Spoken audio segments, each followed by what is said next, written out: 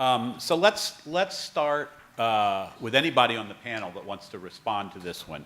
Talk to us about studies that you know about that have shown nutritional difference between crops that were grown in healthy soils versus unhealthy soils, or if you don't know about that, then conventional versus organic, or some other metric of soil quality differences. Tell us about the status of science in the nutritional value of healthy soils versus unhealthy, crops from healthy versus unhealthy, conventional versus organic, however you want to make those distinctions. Do you have another mic, or do we? Oh, I'll here's bring, one. I'll, There's one. You got one? Say the questions from the stage, we can just, Oh, okay. they could just answer from this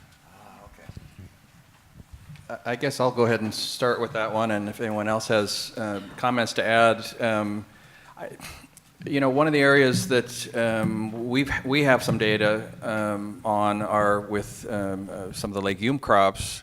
Not so much the soil health. Again, that's it was interesting, how you define that or whatnot. But we have done some work looking at lower quality soils, more enriched soils. This is with bean data, and looking at the impact of drought or low irrigation conditions and control conditions. And so, one of those aspects of the whole environmental effects of climate change. Very interestingly, with mineral composition, and this was maybe 300 different cultivars of beans, we did see, with drought, we saw a major impact on yield. So clearly the availability of water had a big impact, maybe about on an average a 40 to 45% reduction in yield across these 300 cultivars. We saw very little impact on the mineral concentrations in those seeds. So in one way that was we were pleased to get that response, because the low water availability, although we need food, the quality of those grains, at least from the mineral composition, was not affected. So the plants seemed to be able to at least gather enough minerals and partition them into the grains, even with that lower yield. I just wanted to add from the animal side, one thing I'm aware of, and I alluded to it earlier, was in Ireland, they've been doing a lot of soil mapping, and they are sharing this with animal producers, and looking at the availability of micronutrients, especially, as I said, copper for their sheep industry, but cobalt and others as well, and how it might impact their animal health.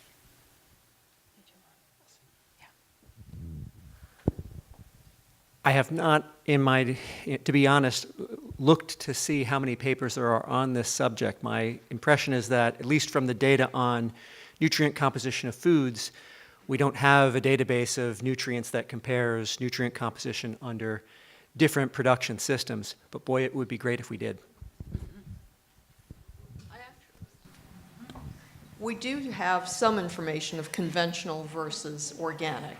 And, from a biological standpoint, the nutrient distributions tend not to differ, organic versus conventional, depending on what nutrients you're looking at. And so much of it is actually what you believe to be important, because the time that vegetables and fruits, for example, are grown under the different sort of environmental conditions will impact the plant even more. And we don't go out and sample all of the fruits and vegetables from a variety of fields at the same time to know what that variability or distribution is. And I see someone in the audience who disagrees with me, but I don't know if we want to take comments from the audience. Well, we've had so many questions come in, so let's do it. Can I just, before, I know you want to get onto the questions, No, just that's all right. also just want to say really quickly, again, on this aspect of the different concentrations in foods, depending on how they're grown and where they're grown, we also do need to keep in mind this whole issue of staple foods and minor food crops that only make a small contribution to the diet. If their concentrations of nutrients vary, even 20%, and we did a study with broccoli, and we realized that if we doubled the calcium concentration in broccoli and looked at the average consumption of broccoli, you got basically an extra day and a half of your RDA for calcium over the course of a year. So, you need to think about the foods that we're looking at with these changes. Okay. Let's go on to another one. Tell us what the status of research that you're aware of, or what's the state of the science in studies that look at the transfer of nutrients or micronutrients from the crop or the crop product to an animal or a human. Do we know much about, looking at it first in the crop and then seeing what's happening in terms of being nutritional for an animal or a human? What do we know about that? I'll just say probably not very much, because bioavailability does vary with all the other foods that are on your plate. And so in many ways, that's, at least from a human perspective, I think is one of the challenges that we face, since many nutritional studies oftentimes will focus on feeding one particular food and then see what happens to the nutritional profiles of the human. But that may not be the realistic view when one eats a mixed plate that's varied over a week. So therein lies some of the challenges we have with recommendations versus what actually happens. Well, I would just add that, we do need to think about that whole diet because of this aspect of we only absorb a certain amount of the nutrients from the foods that we eat. And we need to look at, there has been work done, especially for the microelements, iron and zinc. There's been work done in the agronomic community, looking at some of the anti-nutrients that are in the foods that reduce the bioavailability of those microelements. And so there has been work looking at both the primary nutrients and then the food supply, and changing and altering the food supply in order to help increase the absorption of those nutrients. Any other? All right. Well, let's put Dr. Peters on the spot here. He said he was a modeler. So how you showed this diagram about the distribution of different kinds of crops and so forth, and how much land they took. How could you model in this optimal production of what's best, not only in terms of the nutritional demand, but also what's suited to a region's capacity in terms of its soil? How do we incorporate both of that? I mean, there's the potential to, have the push for humans eating a variety of vegetables and proteins, and that could lead to a diversity, but at the expense of appropriate production relative to the place, including the soil. So how do you incorporate all that into a model? What are you going to do? Okay. Well, I'll start with the term multi-scale. So it was in my presentation, it was in Dr. Otten's presentation too. So multi-scale meaning multiple geographic scales and multiple time scales. So we'll start with the geographic scales. I think to model, let's start with a diet. If you take the dietary guidelines as your starting point and say that is a reasonable representation of what we should be eating, there's a lot of room for interpretation on what that actually looks like, which gives you room from region to region to choose, at least to some extent, foods that are well suited to that region or not. Now, take an extreme example, take the Northeast United States. If you're looking at just supplying foods from that region in the wintertime, of course, your availability of fresh produce becomes lean. So that's where I would say, well, I'm not going to necessarily put that restriction on the modeling. You would look at more flexible boundaries. So not necessarily having every region supply all of its own food needs. And then looking at a question of maybe what's a reasonable or optimal level of trade between regions, between countries, as opposed to a really strict limit. The other thing I'd say is that in trying to model a food system at any scale, the modeler generally has a limitation, whatever their background and training, on how much they're actually expert in. And then to build a model that is of reasonable rigor and accuracy, you really need to have a team of people who buy into the concept of modeling it, and then get the information you need to build a reasonable model. Because, and I'll use a specific example. So for livestock, for example, I trained as a crop and soil scientist, not a livestock scientist. So I went out years ago to talk to animal scientists to figure out how do you model a livestock system in this geography? What's important? What relationships matter? So I think the how is very much building together a team of who can do the quantitative modeling, but also who has the knowledge of each piece of the system in each place. These next, I'm going to combine a couple of questions here for Dr. Oten. They're kind of related, I think. First off, you mentioned this statistic that many people who are growing food are food insecure. And is that because individual farmers can't grow this balanced diet, and people who live near each other in developing countries, for example, often grow and raise the same products? You know, what's the nature of some of that food insecurity? And then as we think about also soil health and all this, what risks are there that we're going to make trade-offs between soil health and food security? What happens when favoring one is not necessarily favoring the other? Could there be such conditions? Right. So, the 70 to 80% that I was referring to oftentimes are in geographic regions where they're beginning with poor soil, and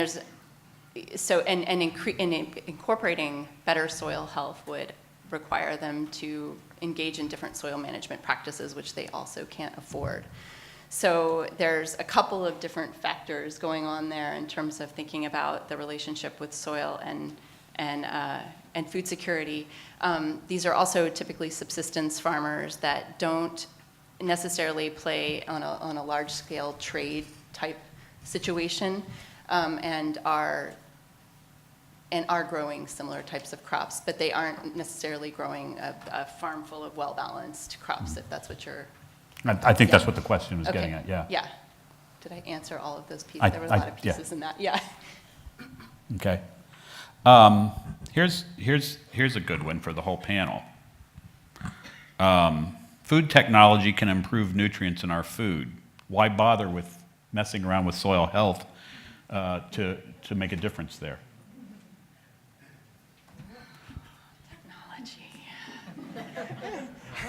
I kind of think food technology and soil health are very much related, because where does food come from?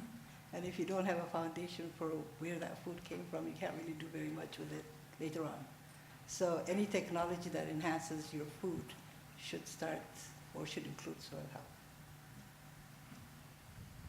Yeah, I think I'm going to kind of say the same thing. I mean, I think you still have to have the building blocks there in the food that you start with.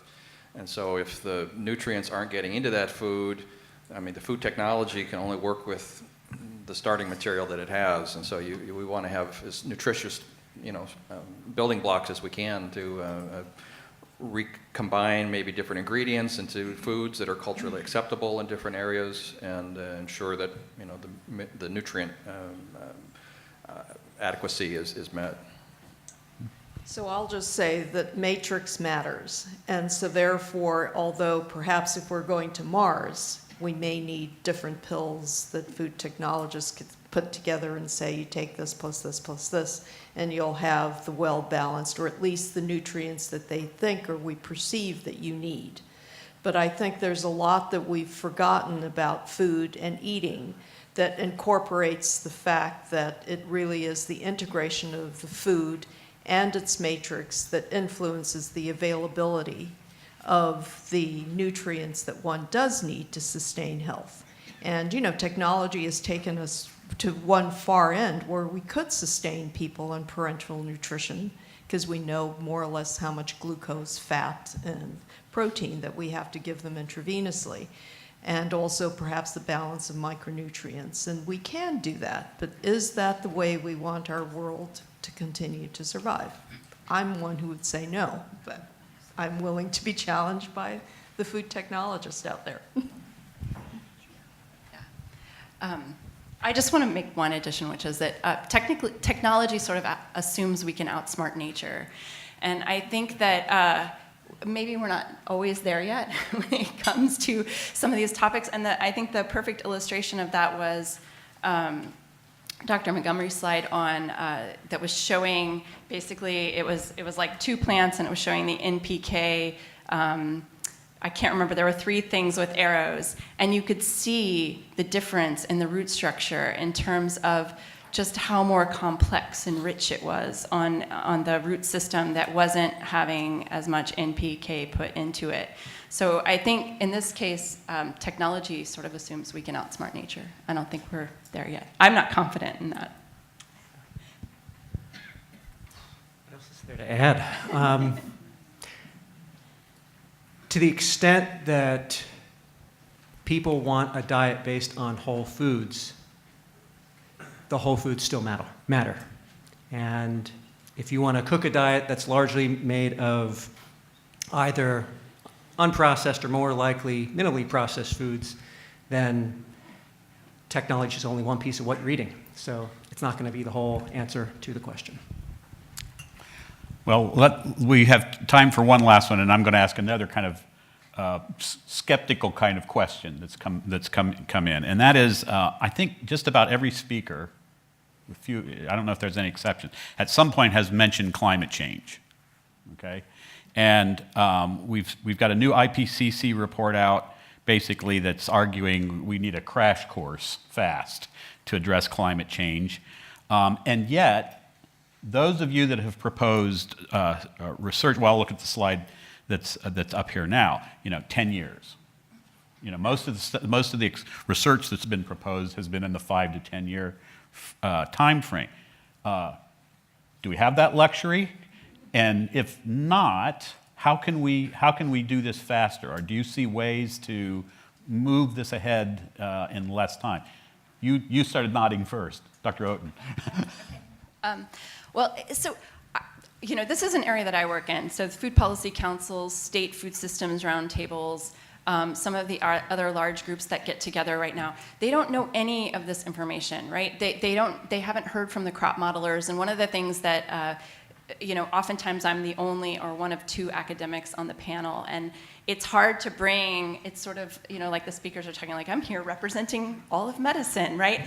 It's hard to represent those, but all of these groups are ready to take action. They're ready to take fast action in their communities. They're ready to change policies. The Washington State Food Systems Roundtable, you can see some of these other state food systems roundtables have put forward,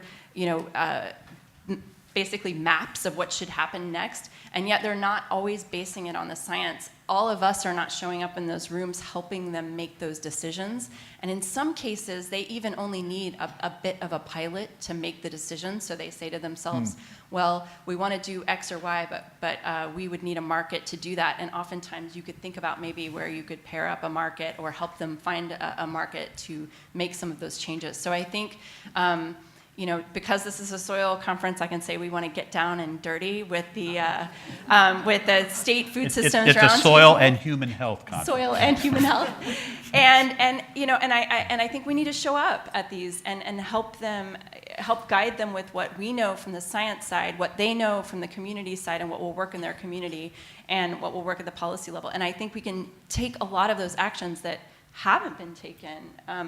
So I advocate for you all showing up in armies at some of those meetings and getting involved. All right.